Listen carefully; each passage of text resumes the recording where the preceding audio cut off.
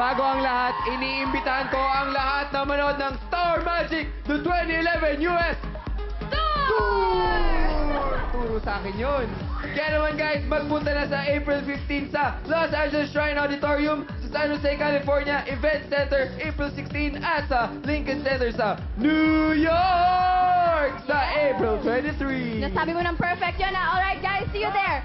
Ngayon naman, everybody deserves a second chance. Ang tanong, i-grab kaya ng mga teammates natin ang second chance na yun. At tuloy-tuloy na kaya ang pagshashine ng mga second chancers sa gagawin nilang performance?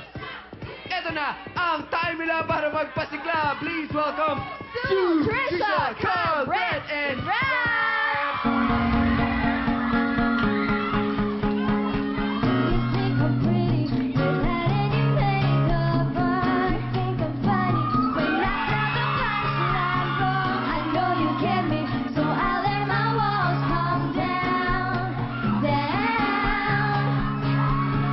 Before you met me, I was a wreck, but things were kinda heavy.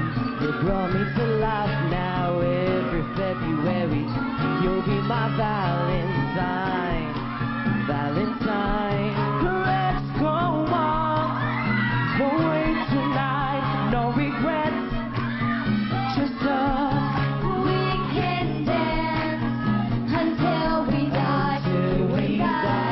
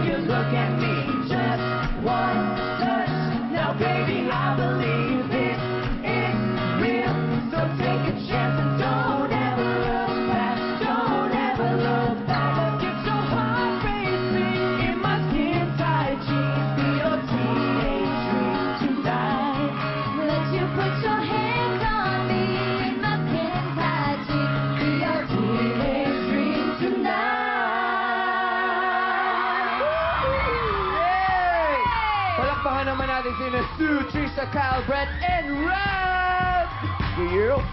Kyle, ask ko lang anong feeling nyo na nabigyan ulit kayo ng second chance? Siguro, I feel happy because, Because honestly, no one, sometimes, hindi kayo talaga nabibigyan ng second chance, but dito sa shoutout, para talaga magstay yung family natin, talagang binigyan kayo ng second chance.